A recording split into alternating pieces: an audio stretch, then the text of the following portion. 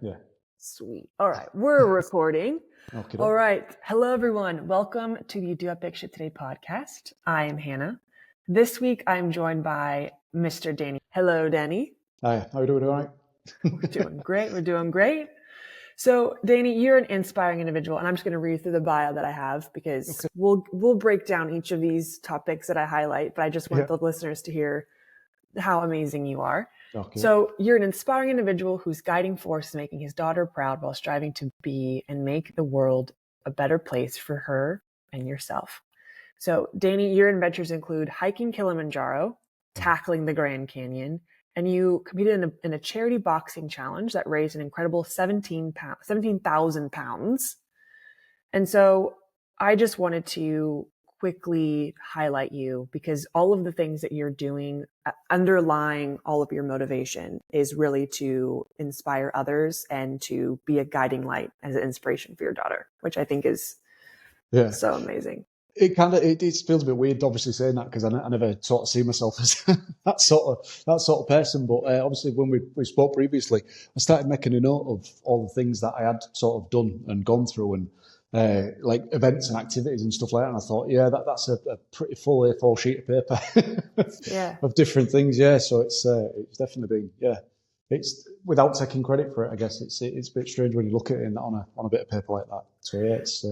Yeah, I love that you did that, though. I think that's an amazing thing to do because I am someone, and I don't know if this is you as well, like I'll go so fast, like did this, that doing the exercise of writing on a piece of paper, it's like, oh, I did this. If someone picks up, that's it, definitely. I think it was Arnold Schwarzenegger who said, like, basically, every now and again, you just have to step back and laugh at yourself and obviously take into account what you've actually done. And doing that, it's, it's definitely picked up, without a doubt. It's, it's you don't realise it, I think, at the time, do you, and things like that. But no, it's definitely it's an interesting one, let's put it that way.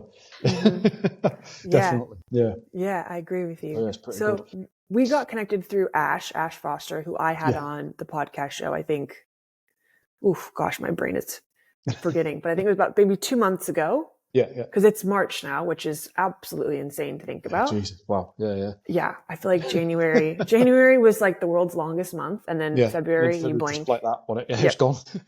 Yep, pretty much. It just didn't even exist anymore. Yeah, but Ash reached out, or I reached out to Ash and kind of asked him, who are some inspirational people? And he recommended you. And I think that speaks dividends to who you are. It does definitely, Yeah, coming from Ash as well, which is weird because obviously myself and Ash went to school together, and it was. I'll send you a picture of it later. You can share it if you like. It's absolutely fun. I was I was carrying a bit of extra timber, shall we? Gotcha. I was the one who was kind of like never got into sports. I never liked them. Like with Ash, he kind of he was the one who was really good at football. He was he was good at music and everything else. And then so for Ash to actually see myself as that, it was it was shocking really. I thought it was kidding me on, but it turns out it was being genuinely serious. Yeah, he came across a bit of an inspiration to myself. So no, it's nice to hear that sort of thing. Yeah, a full circle moment right there. It's really cool when people inspire you or actually the ones who are, you're inspiring them too. So when we chatted a bit, maybe a couple weeks ago, one of the things that you talked to me about was wanting to push yourself and kind of do things that kept you sharp, kept you fresh, kept you not ever losing the spark of perspective on life. Yeah. And one of the things that you did was hike Kilimanjaro. When you told me that you did this, I was like, okay, holy shit. And for those who don't know Kilimanjaro, let me just drop some facts because I think I had to look this up. And I think you've heard the term Kilimanjaro, but I don't think people actually understand the vastness of Kilimanjaro. So Kilimanjaro, it's located in Tanzania. It's Africa's tallest mountain. It's about 5,895 meters, which is approximately 19,340 feet. And it's the largest freestanding mountain rise in the world. So it's not part of a mountain range, but it's the largest freestanding mountain. And you were given the opportunity to climb it, but you didn't really have too much historical knowledge, but you were just like, let's go, let's do this. I want to inspire other people. I want to inspire my daughter. Can you talk to me what that was like? Yeah, of course, yeah. So it started off basically, I know without getting too deep into it or it sounding too morbid, but yeah, so basically I got divorced from Darcy, who was my daughter, from my mother. And I've spoke to many people before, and I work offshore in the oil and gas industry. So divorce is massive. I think it's like second to the army, Oh, okay. divorce rates and stuff. So I kind of know how people speak about dads and fathers and stuff like that afterwards. And it's usually, oh, he's a bum, don't do anything, doesn't help, doesn't do any of this kind of stuff. So when I obviously all the dust settled through the divorce and everything, I wanted to be the sort of dad to my daughter that went that extra mile, that did that extra, the little bit on top of just being there, just picking her up and taking her to school, taking her to play. I wanted to do like the extra. So while trying to rack my brain for this, an old friend from school got in touch, and via or more for a charity called Steve Prescott Foundation, she basically said, "Do you want to climb Kilimanjaro?" It was random completely because I'd done a few charity events before, and I think she was aware of that. And I kind of thought, do you know, that would be perfect. It would be an added opportunity to show that basically I can do that little bit extra and a challenge for myself. And also what I wanted to do, again, for my daughter, just to prove that a dad want a deadbeat dad, I wanted to bury a plaque with her name on it at the top of Kilimanjaro. So basically we got started off, and like you said, a lot of people don't realise the enormity of it. It's ridiculous. But Hmm. for me, I'd purposely not Googled anything. I'd not looked at anything. I didn't look at any news stories, any facts or anything like that, because I knew straight away it'd be like, I don't want to do this. So instead, yeah, I went a different route and just started following in with the training of what everybody else was doing. We've got a few, I won't say mountains in comparison in England. It's more just big hills. So we'd done these as training, and I thought that was going to be as tough as it was going to get, and I was very wrong. Very wrong. So yeah, that's how we got started with it. But yeah, it was epic. It was absolutely amazing. I met some fantastic people, and whilst climbing it, you just learn so much about yourself of when Hmm. you kind of yeah. It was strange. At some point, I never knew if I was going to make it off the actual mountainside itself. Yeah. There was specifically one time, and it was definitely I thought there was a couple of us were going to not make it. Let's put it that way. But to have that plaque in my pocket, I kept it in my hand all the time, and it was there was no stopping there. There was no chance I was ever Yeah. going to say no. I'm not doing it. I'm not getting any further. Luckily, myself and a guy who I shared a tent with, Ray, he just kept the ante up. It just honestly it was hilarious. And some of the things I've got videos and stuff where we're talking, and you wouldn't think we was halfway up a mountain in Africa. You'd think we was in the pub somewhere having a laugh. But yeah, a lot of people struggled, and we kind of made it, and it was phenomenal, absolutely Hmm. phenomenal to get to the top. Yeah. Yeah, it was something else, and thankfully I got to bury that plaque at the top. So hopefully one day she'll watch the videos instead of it might be something good on YouTube. Yeah, my Wow. daughter can see it. So yeah, How it's pretty long good. did the actual climb and the descent take you? I think it was 5 days up. I mean, even really that doesn't sound a lot. But when it's 5 days of pure, it was torture. I mean, every single step was horrendous. Especially the last night. The last night, I have no comparison to anything of how difficult it was. It's hard to describe, but every single cell in your body, every single aspect, you'll know yourself from doing extreme. You was telling me about the 100-mile thing and everything. But every single aspect, every single part of your body is just saying, stop, just lay down. You're not gonna make this. It's this, you start questioning yourself, why, how you got to this point, why you're actually there, what you're doing, and it was deceiving because on the night time, the very last climb, you start off and it's still in the dark. So you're looking up, basically to where the peak is, and all you can see is people's headlights going up, and you can't tell the Mm. difference between the headlights and the stars. So when you're walking up, it's not like, oh, I can see it over there and that's where I'm going to finish and it's absolutely fine. It was just step, step, step, Yeah. and it didn't stop doing that. You'd pass people because they'd reached limits and things like that. But it was phenomenal to get to the top of that. But there was one part where the sun had come up and you could see I think it was the moon, and I think you could see Venus near it as well, like one of the planets. Yeah. And everyone's like, "Oh, look at this! It's fantastic!" And just you can't appreciate it because you feel like you're dying. Yeah. Oh They got my to. I gosh. think because the thing what people don't realise about it as well is the oxygen level. Wow. We had one guy, he just, I didn't forget it, I kind of turn up because there's 2 points, there's Stella Point and then there's Uhuru. I'm sorry if I pronounced that incorrectly, to anybody who might be familiar with it. But yeah, he got to Stella Point and he just took a step and then he just fell flat on his face. Like literally, he was out, he was gone.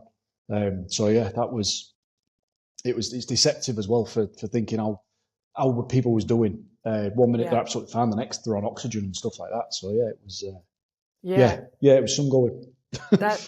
I'm like getting this picture of you climbing this mountain with the plaque of your daughter's name in your pocket. Yeah. You can't actually see the top of this mountain. You don't even know where it starts or begins. Headlights look like stars.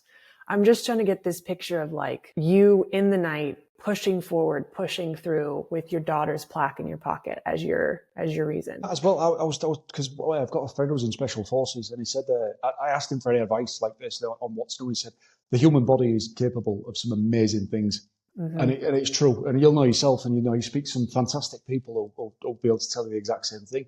And it's not until something as bad as that you realise it's the mind what controls the body. The body can go, and the body will go, and it'll go further than you ever imagine, or you'd ever want it to really.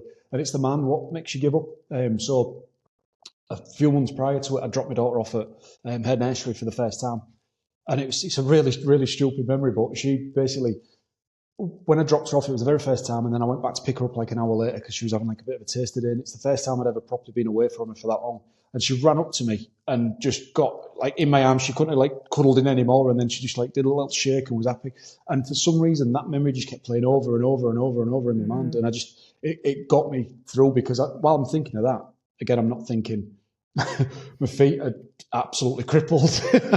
I'm carrying a backpack of all this equipment and water, even to the point as well, because I mean, you think of Africa, you think of how warm it is, but when we was getting up near the top, we had the drinks hose, obviously was connected to the back. I don't know the name to it. The water had frozen inside of that, so even though you're doing this walking and everything else, you can't get any water or anything. So yeah, you had to dig deep, and I think it's. People have to just you have to hold on to some of why you're doing it really. So that was my reason why I was doing it. But she's actually got to me to the top of the mountain. So it was special. Yeah. Definitely. Would you mind talking to me even if it's too much of a deep question, we can skip over it. I'm curious because I want to really chat with you about the moment when you were like, I don't want to be a deadbeat dad. I want to be a dad that can show my daughter that she can do more than she thinks possible. And I'm going to do that by doing it myself. Yeah. What was that conversation like with yourself when you were like, you know what? I see all these other people who are getting divorced because of the profession that they're in or any other reason. And I'm going to be different. I'm going to do this differently. Can you talk about that conversation of what that looked like? Yeah. I don't really know if there was a defining moment or anything like that. It was kind of just, it was opportunity what came along, and it was anybody who's a parent or involved in that sort of process. Just how special kids are, and England itself and Hull, where I'm from, it doesn't provide massive opportunities, and I kind of wanted to set that example. There's a good friend of mine, a kid called Dan Fallon. He's done some really good stuff before, but he's got mantras like kids will copy what the parents do, and it's very, very common for that to happen. So if you're sat on a couch drinking beer and not doing anything and you're just lazy and everything else, I think that ingrains in a child's mind. And I didn't want that for my daughter. I want to give her the best opportunities and stuff like that, and to actually be something. And just be the best version of herself. And for her to be the best version of herself, I felt like I had to be the best version of myself. Probably not still the best version of myself, but it's a work in progress. I think that's everyone. That's it, definitely. Yeah, I don't think you never achieve, but yeah, I think so. That was kind of the inspiration for that. I think that speaks dividends for what you're doing as well, especially because I just keep going back to like you on Kilimanjaro, not able to properly breathe, no water, and you've got this plaque of your daughter in your pocket. Yeah. So can you talk to me about you got to the top, right? You've gone through all of this 5 days, minimal food, minimal water, totally uncomfortable. What was that like? It was emotional. I'm not going to lie. I'm not exactly an emotional person at the best of times, but that was emotional. It was a bit there was a double edge to that as well, because one of the guys who was climbing it with us had recently lost his mother. And he'd got the idea from myself as well. He'd got a plaque with their name on the top, but while we were going up, he'd injured himself. I think he broke his leg. And it was a really stupid injury as well. He like literally stepped down off a step from signing in to basically say he'd made it to another camp, stepped down and his ankle just went. So he couldn't continue the walk. So he'd asked me to do the same for his mother's plaque. So when I got to the top, myself and Ray, again, like I say, it was an absolute solid rock with it. We'd sort of made our bit, got our photos and everything else, and then buried the plaque at the top. But yeah, I've actually got a video. I took it, and it's a tough video to watch, if I'm honest. You know, like there's certain points in your life where things are so hard that it's hard to watch it back. And yeah, although I've got it to show my daughter when she's older, I find it hard watching it myself. Mm-hmm. But yeah, so we'd done that, and then I think the intention was to go down into the. There's like a crater, if you like, inside of the. I don't know if you call it on the top, but anyway, basically the idea was to go down into this crater and play a game of rugby. I think it was rugby or football, one of the two.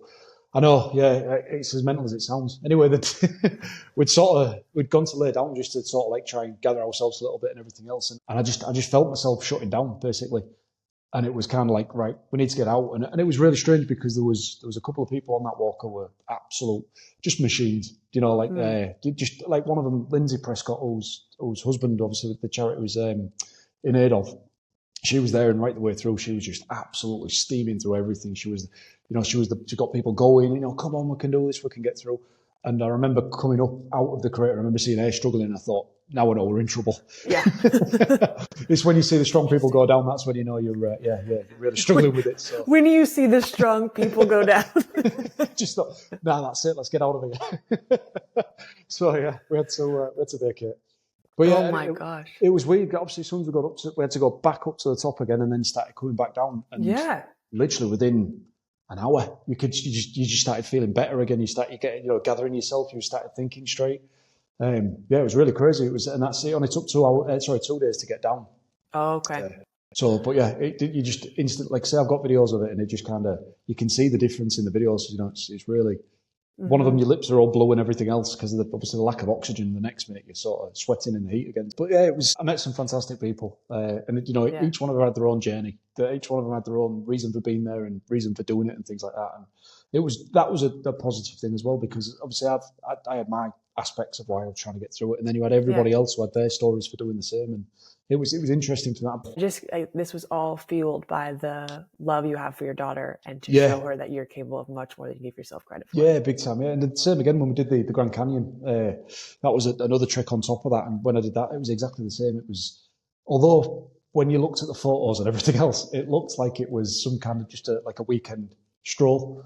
Yeah. But yeah, that was tough going in itself. And the reason I signed up for that one again was not because it was, it looked glamorous or anything like that. It was because I wanted to take a plaque and dropped it into the middle of Lake Powell, right near, obviously it's in the Grand Canyon. So yeah, I wanted to drop that. So basically, I've been to the top of a mountain and the bottom of a river just to sort of, just to keep pushing myself, but for her, if that makes sense to, I think this is so freaking cool because I love finding people's reasons why and exploring it, because each person's reason is so different. So you did Kilimanjaro, you did the Grand Canyon. Yeah. Both plaques you left at the top and the lowest point of your excursions for your daughter.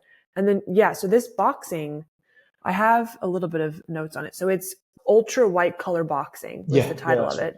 Yeah. And you ended up raising 17,000 pounds for charity. So how did this come about? Was this also similarly like, let's do a full send and show your daughter what you're capable of? Or how did this come to fruition? Well, the boxing, that was again another thing where just if you do commit and push your boundaries and push your comfort zones and everything else, because that's what it all is at the end of the day. I've said it before, but you'll take the path of least resistance every time if you can. If you've got that mentality, you will do it every single time. Yeah. But if you can get up and get out and push yourself out of comfort zones, you find so much more and you achieve, and just little bits of achievement for yourself. Mm-hmm. Obviously while I was doing the Grand Canyon as well, I was talking to some people again, met some fantastic people and saw different sides of people and everything else, because there was a couple of famous people on the actual walk itself who was, rugby league, so famous in England around that area. And the sportsmen, two of them, there was Barry McDermott and Lee Breers. it was strange because although I've always scared of, being near and in and around that sort of atmosphere, but to see these two out there just push through, again, injury and determination and everything else, it was really inspiring. And then while speaking to him, there was I was telling him about my book, and there was saying, well, why aren't you just finishing it and publishing it? And I was like, oh yeah, of course, because that's what people do, as if it was an impossibility.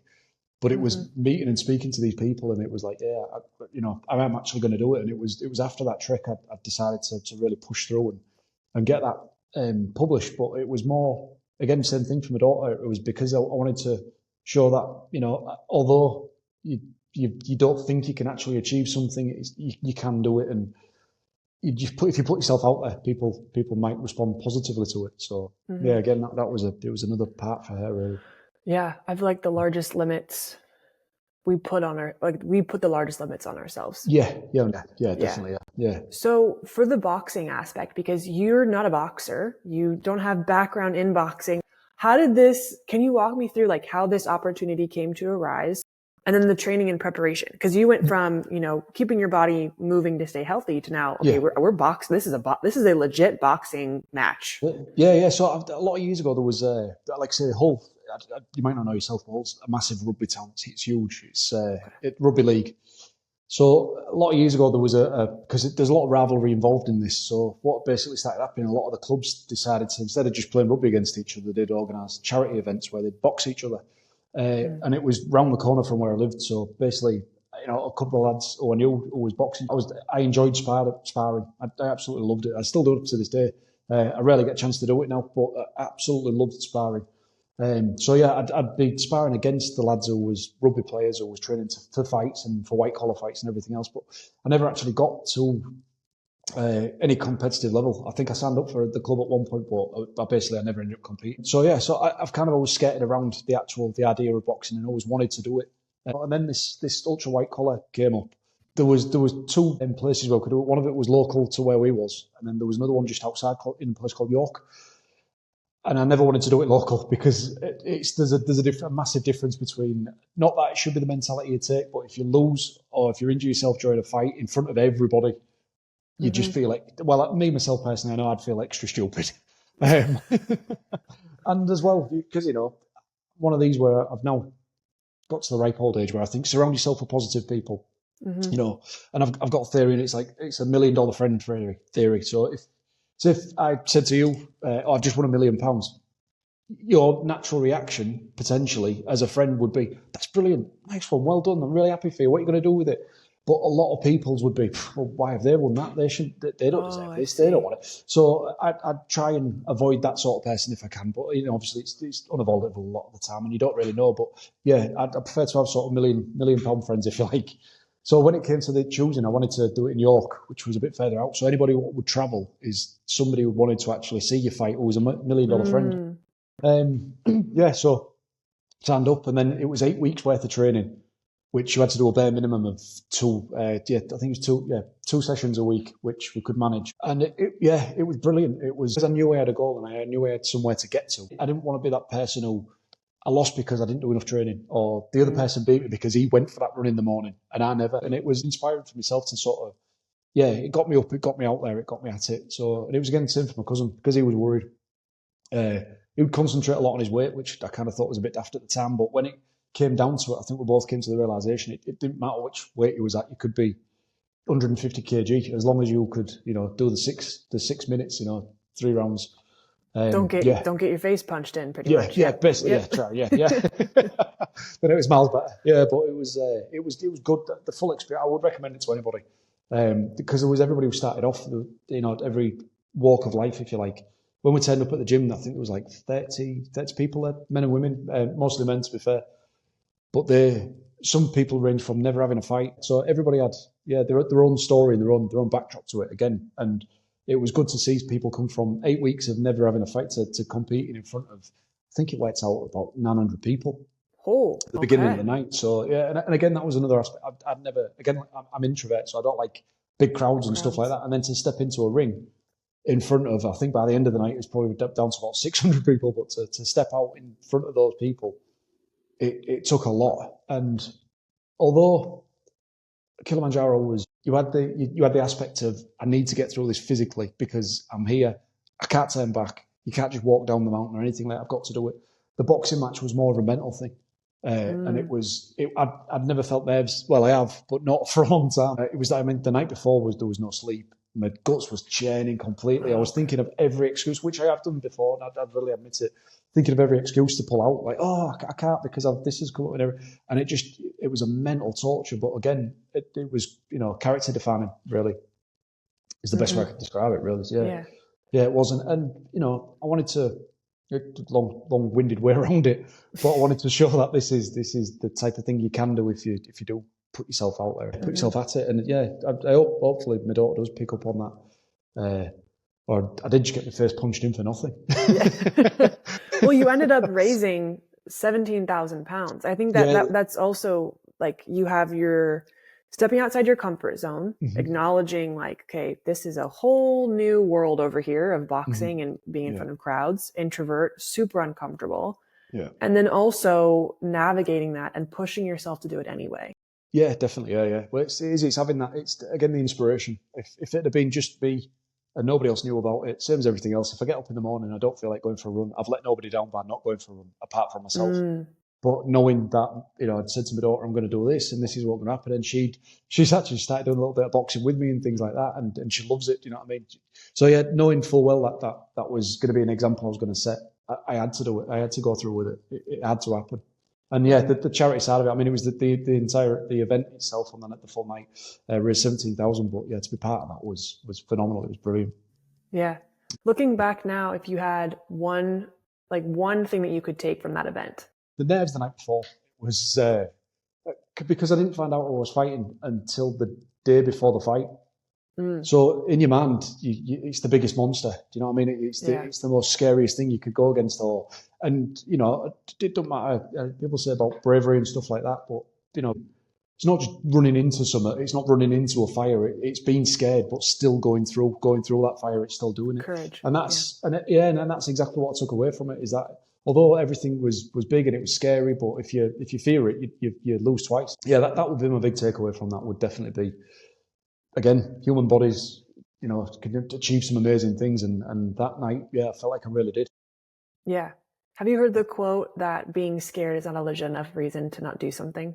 I totally butchered that quote, but it's like if that's the reason why you're not doing something is because you're scared. Yeah, it's 100%. Not a good enough reason. There has to be.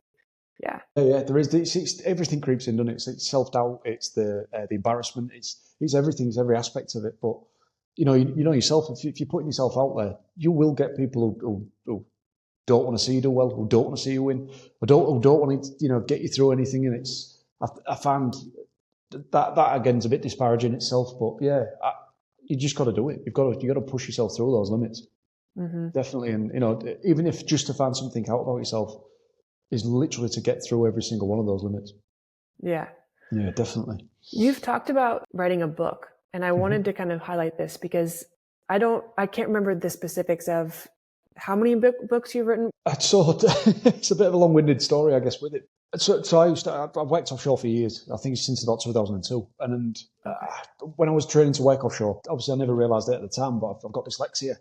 And when I was sort of, I had to go live in a place called Aberdeen for a year, and when it gets to the weekends and stuff like that, because it's in Scotland, you're left with nobody because everybody would go home. So I would have a lot of time by myself, really.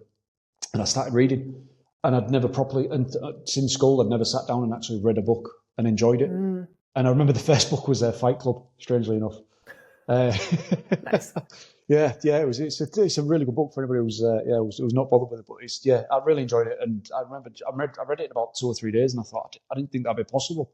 I thought people just made it up when they said, "Oh, I read a book in a weekend and stuff." It never sort of occurred to me. But yeah, so then when I got offshore, I was in a job where I had a lot of free time. If I could fix an issue quickly, it left me with a lot of free time for the rest of the day. So I'd just digest books left, right, and centre.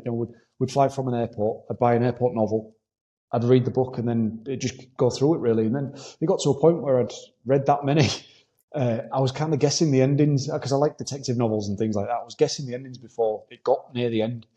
And just after a while, I don't know where it came from or why, I just thought, I might give this a try myself. I might try it myself. So I wrote a book.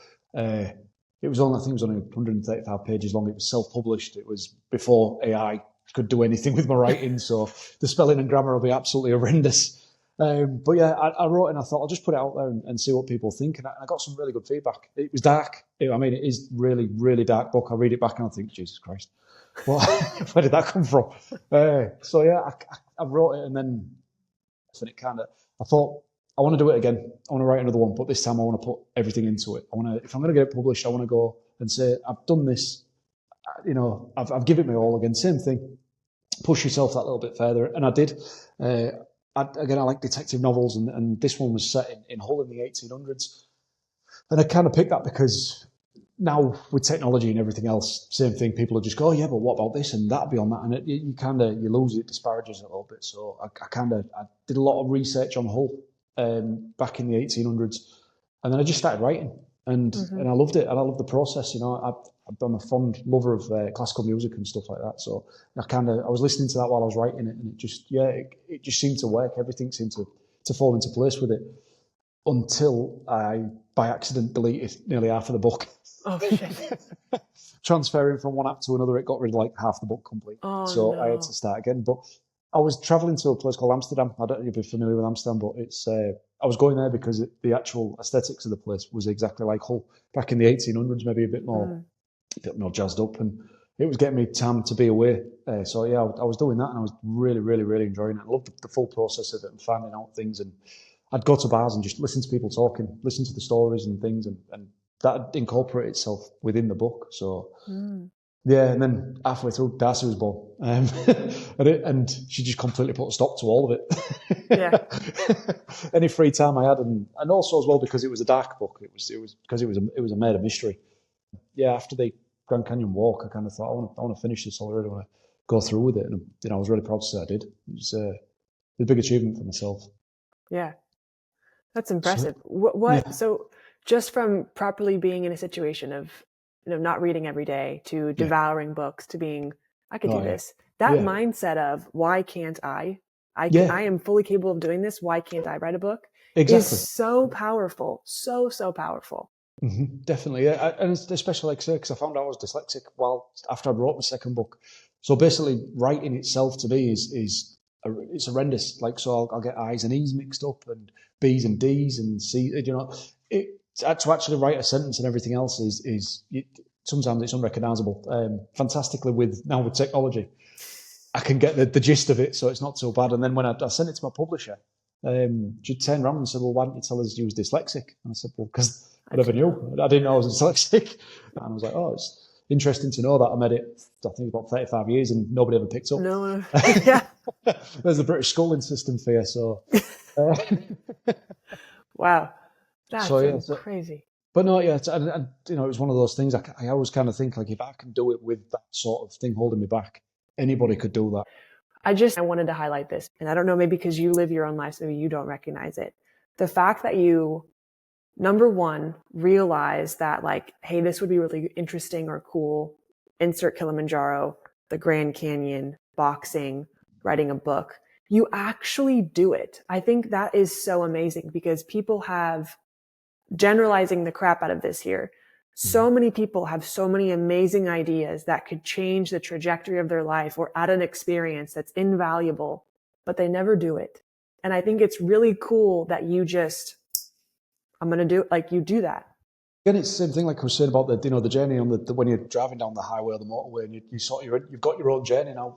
I think it's up to people if they want to, and I don't want to sound pretentious here. I really don't. I understand that I'm at a point of privilege where, my job and everything offers this life, if you like, and, I'm grateful for that. But it's up to the person if they want to divert off the road, make a pit stop, write that book. The same as yourself, pull over and go for a run.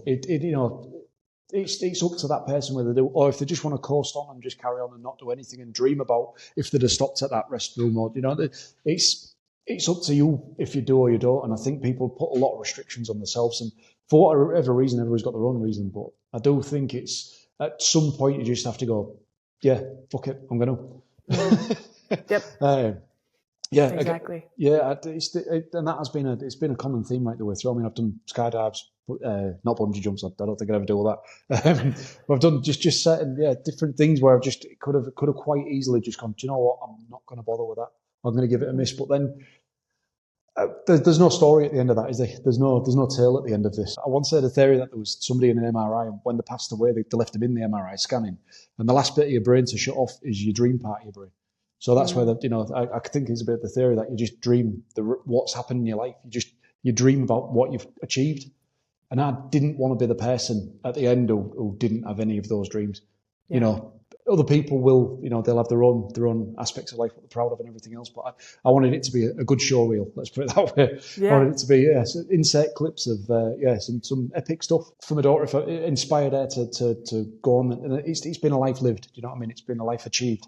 If you can inspire some people, especially man is my daughter, that she's my big inspiration for everything. Literally everything I do. So yeah, if you can inspire somebody else as well, it's even better. And it's just saying, yeah, I'm going to do it. I'm going to go for that. Yeah. Yeah. So I would recommend it to anybody. Yeah, definitely. Yeah.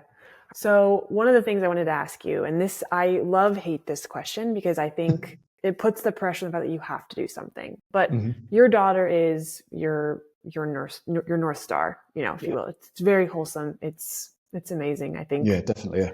She's very lucky to have a dad like you who's able to kind of... It's weird because I feel lucky to have a daughter like her, so I think it kind of works out both ways. It does. It definitely does.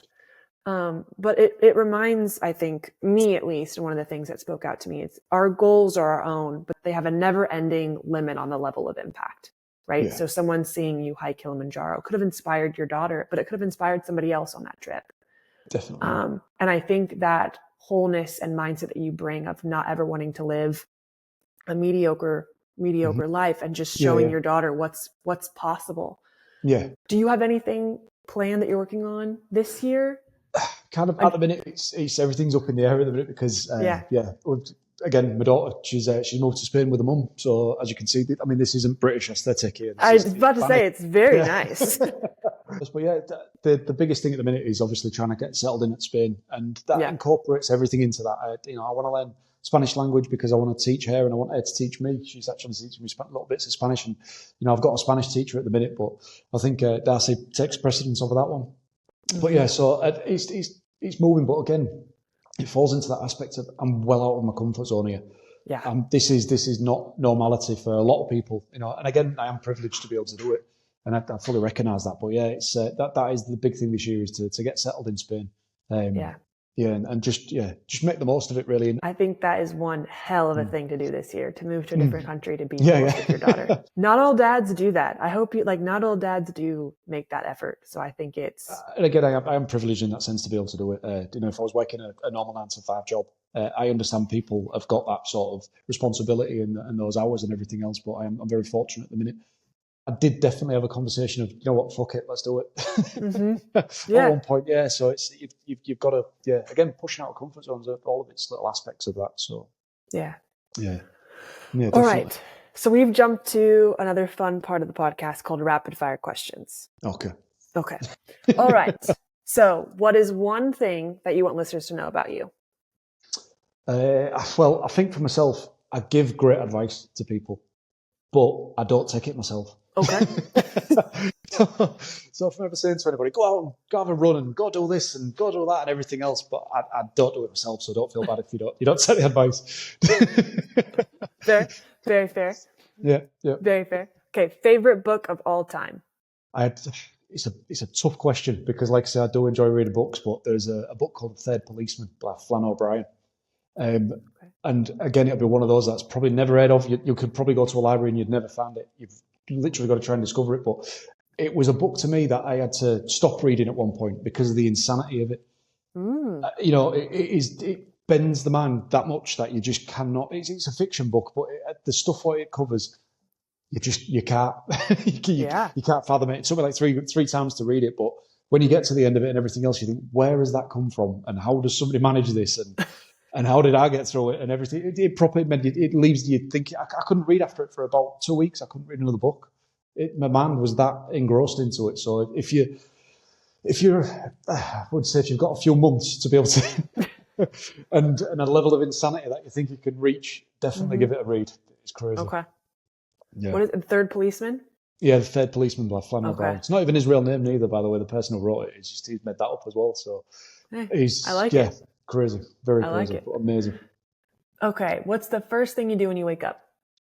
Well, I kind of wanted to cover this one a little bit because when you asked, or when I was asked, I kind of thought the first thing I do is check social media. And I didn't realize I was doing it as much. And this was a big thing for me as well. And it's an aspect I'm trying to cover in my life at the minute, is to leave that sort of stuff alone and step away from it, because I found myself picking my phone up for no reason whatsoever. So it used to be, my answer used to be check social media, but now it's coffee or tea. I love that. That is amazing. On days I record, I have my my phone with me, but I wait because I usually get up, like if we're recording at 5:45 or 6, I'll go 30 minutes without looking at it. And I have to it puts me back in the driver's seat of my morning. As soon as I'm receptive to my phone and looking at emails, I'm done. Everyone else's needs, wants, especially with work, we're working remotely, I have to put a boundary line on what's okay. Definitely. So I will leave my phone either not in a reachable distance. Yeah. I'll leave it. I'm still figuring out where I'm going to leave it here, but I leave it in a place where I can't just pick it up. It has to be, because I'm right there with you. It can take over your whole morning. All right. What is one thing on your bucket list? So I think now it's to have a speaking part in a movie. I think that's going to be one of me, because I've been an extra in a couple of films. Sorry, a couple of things, and then so a speaking part that's on my bucket list. I want to do that. I had a chance last week to be potentially in a show, and I was out here. I couldn't make it. But it seemed right up my street, and it was a walk-on part, so there was a chance there was a line, but I missed it. But it's definitely on my list of things I want to achieve, is to have because you were in Gladiator 2, weren't you? I was, for a split second. Yeah. It was that was a fantastic experience. I'm not, like I said, I never got into sports when I was younger. Watching them, I never do. I never watched sports, so movies was always my go-to, really. And to be in that, I mean, Gladiator 1 was just an amazing film. It'll take some beating. And then when the chance came to be in Gladiator 2 as a Roman soldier, I kind of, that was a highlight. Moment. Yeah, that was definitely, especially again, same thing, because I thought I had to make sacrifices to get there, but to do it, so again, very cool. Very cool. Yeah. I like that, a speaking role. All right, I'm manifesting the crap out of that for you. Thanks. Of course. Okay, last question. What are 3 things that you're grateful for?